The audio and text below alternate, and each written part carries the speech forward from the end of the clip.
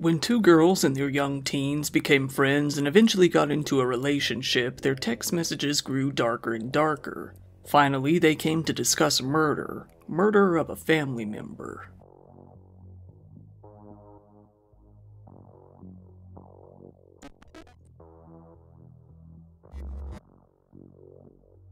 Right now, I would like to thank the sponsor of today's video, Incogni. This is because just recently I've been trying to find someone who could remove all of my information from these marketing websites that I never consented to be on. It's hard to find a solid, definitive list of companies that take this data and spread it all over the internet. There have been numerous data breaches from different companies over the years that have been gradually leaking data more and more, only adding to the problem. Requesting to be removed from all of these could take you years of work to do manually. That's where Incogni comes in. You can just make an account and they will send a data protection law compliance request to all of these different companies and demand that they remove all of your data from these different companies' databases. In-app, you'll get a dashboard that will show you the day-by-day progress in getting your data out of the hands of these different companies. They'll even deal with any objections from their side. Not only do companies get information off of you so that they can market from you, they also get as much data as they can to build a customer profile of you and sell it to other companies as well, who will use it however they please. They can get your names, aliases, social security number, usernames and passwords, and even your physical home address and specific online activity. It's pretty easy to see how that could go bad fairly quickly. You'll notice that we've gone over a good number of stalking-related cases on this channel. There are so many different people lookup sites out there on the internet right now where all you have to do is pay a small fee and you can get all the information you want. This can lead to all sorts of stalking, harassment, identity theft, and scams. Someone could even look up your license plate while you're on the road and find out who you are. Not only that, but these websites will often link you to your other family members on their databases. Incogni's easy. Just make an account, give them the right to work on your behalf, and let them get to work. Take back your personal data with Incogni. Just use my code DIRETRIP down in the description below and get 60% off of your annual plan. Incogni is available risk-free for 30 days, so there's no harm in giving it a shot. This story takes us way back to 2017 and really shows you what can happen when kids on social media go awry. While most kids out there are just talking with their friends about mundane topics, probably making crude jokes and cursing to be fair, some of them out there are talking about things much more sinister. And you might not even know what that thing is until it's already too late for you.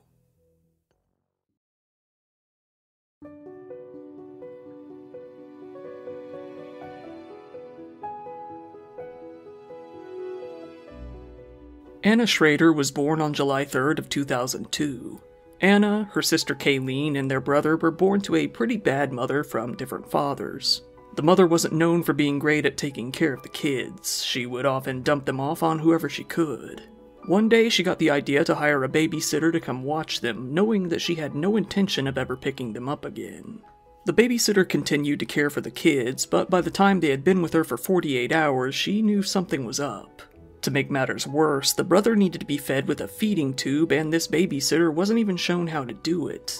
So the 5-year-old Kayleen had to help her out. Seeing how wrong this was, the babysitter called the cops. It goes without saying that CPS got involved, and soon enough all of the siblings were put into foster care.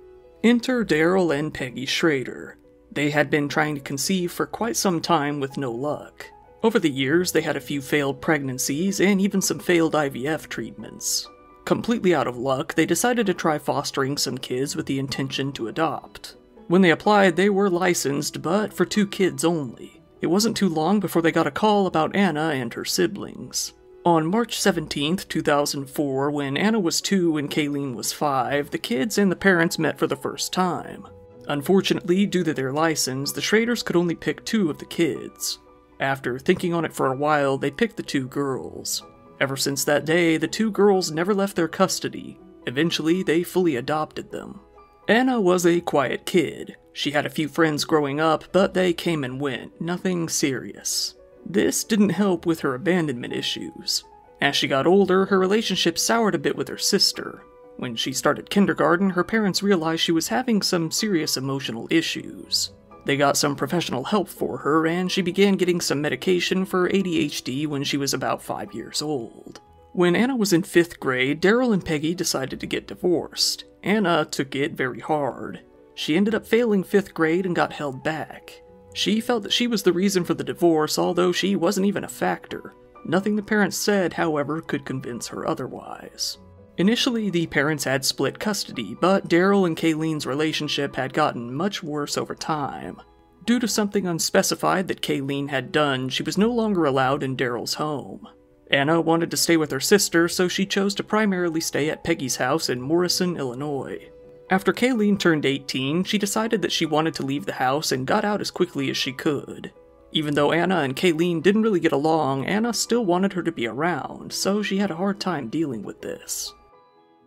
Anna got more quiet and stayed in her room more often. She did have friends, but she had a hard time sticking with them. She tried taking dance classes, but they ended up more or less the same, with Anna changing studios multiple times before finally giving up.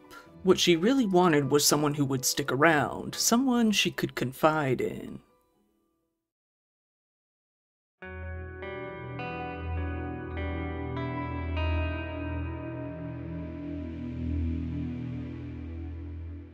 Anna eventually met a girl named Rachel Helm.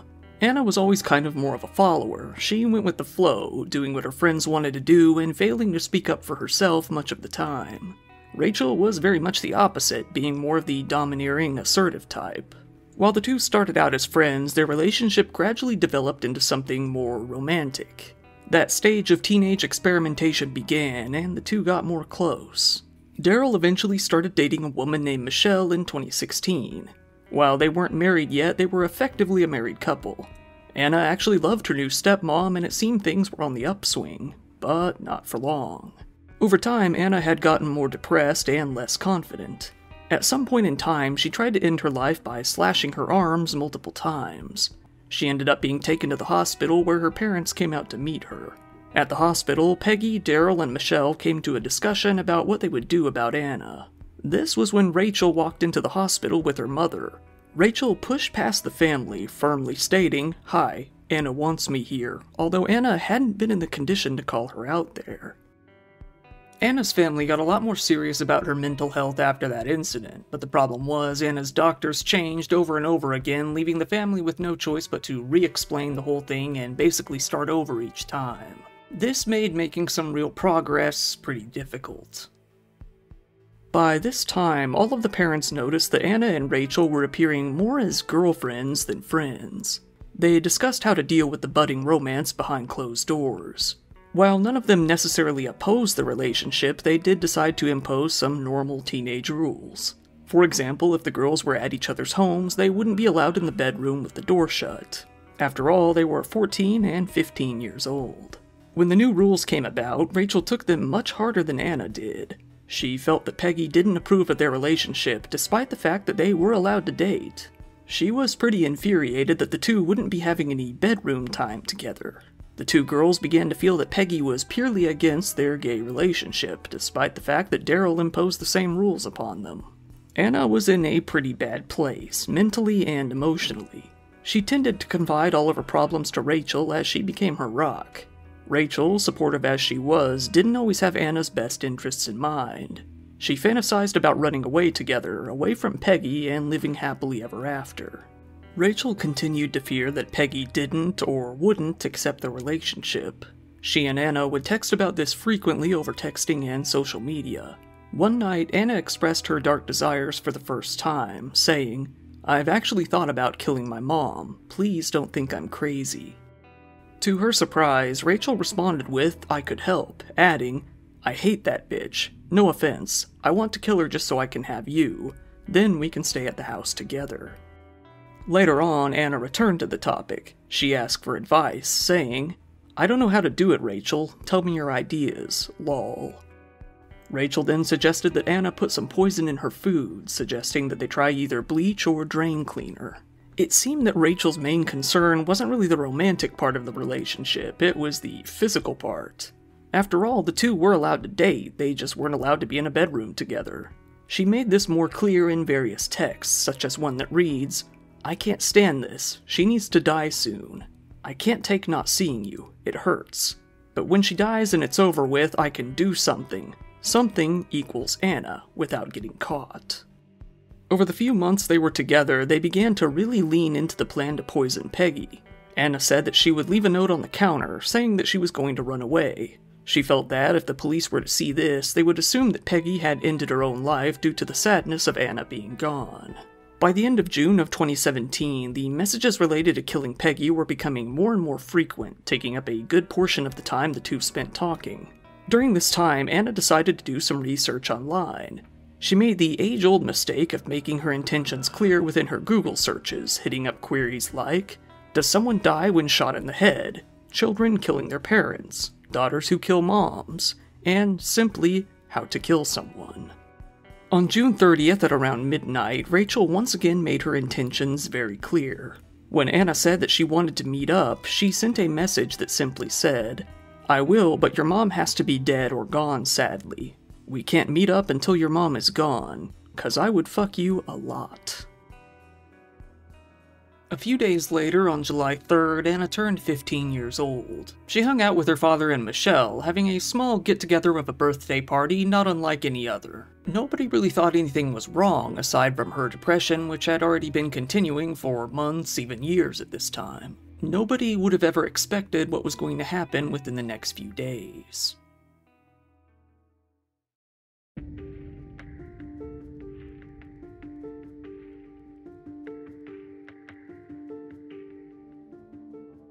July 6th, 2017. Peggy Schroeder was coming home from work just like any other day. Recently, she had been working a side job in addition to her main job in order to save up a little extra for the kids. Coming home exhausted, she was surprised to see Anna greet her at the door, seeming chipper. Anna told Peggy that she had a surprise for her, urging her to sit down in the living room. Peggy sat down in the chair, wondering what kind of gift awaited her. Anna told her not to peek before putting a towel over her face. Anna then pulled out her mother's gun, a .38 special revolver that she managed to get her hands on. While Peggy awaited her surprise, Anna pulled the gun up to her head and fired right between her eyes. Peggy fell to the ground on the living room floor as blood seeped out all over the room. Anna then began to panic, barely able to breathe. The first thing she did was pick up the phone and call Rachel. She told her that it was done. She finally did it. At first, Rachel didn't believe her, thinking it was just a joke. Anna quickly ended that suspicion by sending a photo of her mom's recently murdered dead body on the floor. Rachel said she was still afraid that this was all a joke, but Anna swore it was true. Rachel said it better not be a joke. Rachel really wanted her mother to be dead. Anna said, "I love you so much," saying that she was starting to calm down. Rachel then returned the affection. She expressed that she wished she could have been there with Anna when she did it. However, Rachel was taking it easy at the moment, chilling at Wendy's with her family. She said that she couldn't break away right now, but she would come over later. She tried to reassure Anna by saying that, until that point, she could keep texting her the whole time at least. She urged Anna to calm down, but nothing was really working. Rachel then assured her that she would just eat more quickly. Anna said that she felt she was going to be sick, with Rachel responding, "I'ma be there soon. Go to the bathroom then." Anna expressed fear that someone would see the body, that she would be caught, that her dad and Michelle would never speak to her again. Rachel replied once more, telling Anna that she wouldn't get caught, that she was on her way to help. Strangely, she added that she might be, quote, laughable upon arriving because she was about to take ibuprofen for her cramps, adding, "So don't get weirded out if I see your mom and start laughing." To which Anna simply responded, "Okay." Rachel then continued, saying, "I'm sad that you're upset, but I would be too. I can't wait to see you." Before asking, "So what are we going to do with the body again?" Anna said, "I feel like I need to tell Michelle or my dad." Rachel then said, "Anna, don't. You'll go to jail. Promise me, whatever you do, you can't tell anyone." Once Rachel was good and done with her Wendy's, her mom agreed to give her a ride out to Anna's house. Rachel told Anna to be outside when they arrived. Once the two pulled up to the home, Anna and Rachel started talking outside until Rachel's mom got bored and left, a ploy to keep her from entering the house. Once the coast was clear, the two girls walked into the living room. Rachel was happy to see Peggy's body on the floor of the living room, surrounded by a pool of blood. The two then discussed how they were going to clean up the scene and dispose of the body. They spent the rest of the night trying to clean the blood out of the carpet without having much luck. To make things a bit more bearable, they decided to move Peggy's body from the living room into her bedroom. They placed her on the floor and covered her with a sheet. Needing a little bit of a break, the two girls left the home and headed out to a local Subway to get some sandwiches. Anna, having no appetite, went to the bathroom to throw up while Rachel chowed down. Around this point, Anna heard on the phone that her father was coming into town. She felt that she couldn't face him after what she did. They discussed disguising themselves and running away together. The two girls then headed over to a convenience store nearby. Peggy's own debit card in hand, they bought some more cleaning supplies along with some hair dye to change up their looks. They came back to the house and continued to try to clean up the carpet, but they couldn't completely get the blood out. The idea of running away started to seem like their best bet as they faced the reality that hiding all of this wasn't going to be as easy as it was in the movies. Anna dyed her hair black while Rachel went for red. After trying to clean for a little longer, they went to bed. They woke up the next morning and filled up their backpacks with necessities. They decided that they had no option left but to burn the entire house down. There was no way that they could clean up the whole mess and manage to hide the body. After that, they figured they would run. So the two girls went into Peggy's bedroom. Rachel took the lead and started to set fire to the room. However, even this wasn't going so well. She couldn't seem to get the fire going. After quite a while, she finally managed to light the sheet covering Peggy's body and some linen on the bed. Then the two took their leave. The girls made their way over to Kelly Park. There they threw Peggy's phone in a park trash can. Then they walked northwest to a graveyard and disposed of the gun there. However, instead of running away together as planned, the two decided to part ways there. Once again, running away sounded easy on paper, but it wasn't so easy to put into practice. Rachel went back to her mom's house, and Anna went back to stay with her dad. It wasn't too long after Peggy's neighbors started to smell a strong scent of burning plastic that they called 911. An off-duty firefighter was actually in the area and started the process of breaking the door down and stopping the fire. Once the police arrived to the small home, it seemed like nothing more than a standard house fire while the occupants were out. That was until they discovered Peggy's body within the home. The neighbors were shocked once they heard what had happened, saying, "She was a good person, and it's a tragedy what happened. You definitely don't expect it, especially just next door." Anna was already regretting what she had done.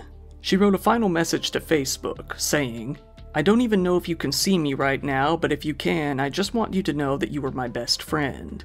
I wasn't always the best daughter, and I'm so sorry. I love you so much, Mom. I just want you to know, and I'll never forget you." Rachel set her backpack down at her home, still filled with food, necessities, and Peggy's debit card along with some of her belongings. She sat down for a bit before blowing up and confessing the entire thing to her mother. Her mom, in shock, couldn't think of anything to do but to take her down to the police department. They went down to the Whiteside County Sheriff's Department where Rachel got a good bit of questioning. She told the police everything, giving them the location of Peggy's phone and the gun used in the murder. Not even 12 hours after the fire was set, Rachel was arrested. She told the police where Anna was as well, and soon enough they tracked her down to her dad's house in Walnut and took her in too. By 2 a.m. on July 9th, both girls were formally taken into police custody, a juvenile detention center, all ready to await their trials. Anna's sister, Kayleen, reacted with disbelief. She spoke out to the media herself. She's never been known to be violent or to just burst into moods like this. I don't know what was going through her mind. She gave us a second chance at life. She just threw away her life and my mom's. For the time being, the future of the two girls was really up in the air. Daryl and Michelle were left wondering what fate awaited Anna, while also left to grapple with the fact that she had killed her own mother, their ex-wife and friend.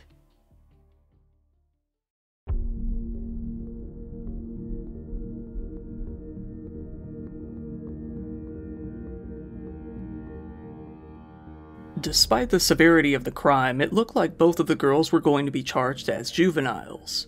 After all, Rachel was only 15, and Anna had only been 15 herself for 3 days before the crime took place. It was looking like they would be jailed until they were 21 years old. Anna's lawyer, Jim Mertes, said, "My client is a young child and needs to be viewed as the law views her, as a young child." Rachel tried to get a softer sentence by saying that she only helped Anna with the crime, saying that she knew Anna already had her mother's gun and feared she might kill her too. When it was shown that she willingly came out to the house, she instead changed her story by saying that she was worried Anna might hurt herself. All of this was easily disproven by their text messages. After a few months, it came to be known that the girls were out of luck. Rachel's case was moved up to adult court in April of 2018, and Anna's case soon followed suit in June. The prosecutors were able to successfully argue that the two needed to be charged as adults due to how severe the crime truly was, adding that Peggy wasn't even unsupportive of the girls' relationship when this cold-blooded murder took place. A judge agreed, saying that she couldn't get past the callousness of Anna's crime and that Rachel had many opportunities to leave. Rather than being incarcerated until turning 21, Anna was now facing from 20 to 60 years in prison on her murder charges. Specifically, she was charged with first-degree murder, arson, and concealment of a homicide. Rachel herself was charged with helping her cover up the crime, facing 12 years in prison for arson and concealing a homicide. Anna was to be held on a $1 million bond, while Rachel was set at $250,000. January of 2020, Anna's trial finally came around. According to Anna, during early hearings, the whole murder was Rachel's idea and she had egged her on to do it. She said that the motive was that Peggy was planning to end their relationship. Anna's lawyers also asserted that she couldn't be held responsible for the crime because at the time she was being forced to take a drug called Zoloft, an antidepressant. Zoloft had been being blamed for certain crimes in the media at the time, making that a plausible route to take. It was said that Anna had bad experiences with Zoloft as a child, once even causing her to hallucinate. Despite this, she was put back onto the medication about 3 months before the murder occurred, and even had her dose doubled. The defense argued that she couldn't understand right or wrong at the time due to this fact. To be specific, James Mertes told the court that being forced to take the medication, quote, deprived her of substantial capacity to appreciate the criminality of her conduct or conform her conduct to the requirements of the law. Anna decided to plead guilty to a charge of murder, with the charges of arson and concealment being dropped, as well as the charge of first-degree murder being downgraded to a second-degree charge. Soon enough, it came time for Anna's sentencing. A detective that had been on the case since the very beginning was called to the stand, forced to look at the gruesome crime scene photos once more as he told the tale of everything he had seen from beginning to end. Eventually, Peggy's sister Charlene was called up to the stand, where she spoke of hearing of the murder for the first time and the effect it had on her family. She said that part of her had died. Peggy was the most loving, caring person that I knew. She was so happy and felt complete when she adopted you and Kay. Peggy adored you and loved you with her whole heart. Peggy worked so much to make sure that you had everything that you needed and take you on the little trips that you'd like to make with your friends. This horrific act has affected hundreds of people. Her Wall family, who I speak to frequently, and there are still so many tears. After I got that call that her house was on fire, then there was a body in the house. By the time I finally got you to show up, I already knew it was you. I thought I had it figured out, that you maybe lost your temper and pushed Peggy and she hit her head. Or maybe she was napping and you were cooking and left the stove on and left the house. Your dad called that night and said he needed to talk to me and my family the next day. I told him I knew, but he wouldn't say anything. He just cried. And he told us what happened, that you told Peggy you had a surprise for her, covered her face with a towel, and shot her in the head. I was in disbelief. Prosecutors argued that this case deserved the maximum sentence available, that of 20 years. Anna's defense disagreed, saying that a sentence of around 12 years would be more appropriate due to the effect that Anna's mental health and Rachel's influence had on her at the time.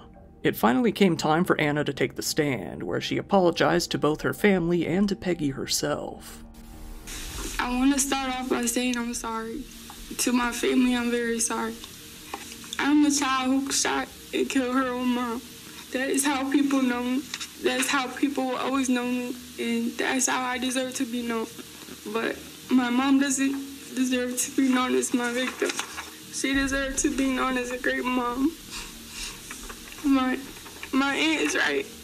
My mom was a great person. She was a friend. She was a good sister. She loved animals. She loved me. She loved my sister. She definitely deserved better. I've been in jail for 4.5 years. So I'm sorry, Aunt Charlene, but that you miss your little sister because of me. And I'm sorry, Kayleen, that I took your mom away from you. I took our mom away from you. And I know that your life will never be as happy or as complete without our mom. And I'm sorry to my dad and Michelle because I put you through so much. You know, I'm sorry to my mom. I didn't think about what I was doing. I didn't think about forever. I want to go back to when I was little. And I wish I could. I wish I could go back to when we were eating ice cream and watching movies and laughing together. I wish I could go back to when she was proud of me. And I wish I had been a better daughter, and I'm learning to be a better person. And I wish that she could be here with us right now. And I don't want to be the reason that she is gone, but I am, and I'm sorry. The judge was now left with nothing more to do but to decide the sentence. She acknowledged that, while Rachel had very much encouraged what had happened, what Anna did couldn't be excused. She noted that this was one of the most despicable crimes she had seen in all of her 37 years of work. She said, "What it boils down to is this. There is no evidence that Anna Schroeder did not know the difference between right and wrong. No one forced her to commit this act. She thought of a plan to kill her mother and burn her house down to cover it up. She chose to act in this evil manner and then tried to get away with it. The callous disregard for the life of Peggy Schroeder, the adopted mother of the defendant, is disgusting." Anna Schroeder was hit with the maximum sentence of 20 years for murdering her mother. She was to receive credit for the 1,581 days she had already served in both juvenile detention and jail. Even after she is released, she's going to have to serve at least 1 year of mandatory supervised release. It wasn't until 2022 that Rachel Helm was finally set to hear her fate. She decided to plead guilty as well. She was convicted on charges of arson and concealment of a homicidal death for her role in the crime. A judge sentenced her to 6.5 years in prison with credit for the time she had already served, and like Anna, a year of supervision after she is released. The judge similarly called her crimes despicable, disgusting, disrespectful, and callous. She could be released as early as 2025. In prison, Anna has said that she hopes to become a counselor after she is released. Both Daryl and Michelle, having gotten married since Anna's incarceration, have said that they still plan to be supportive parents when the day comes that she is released.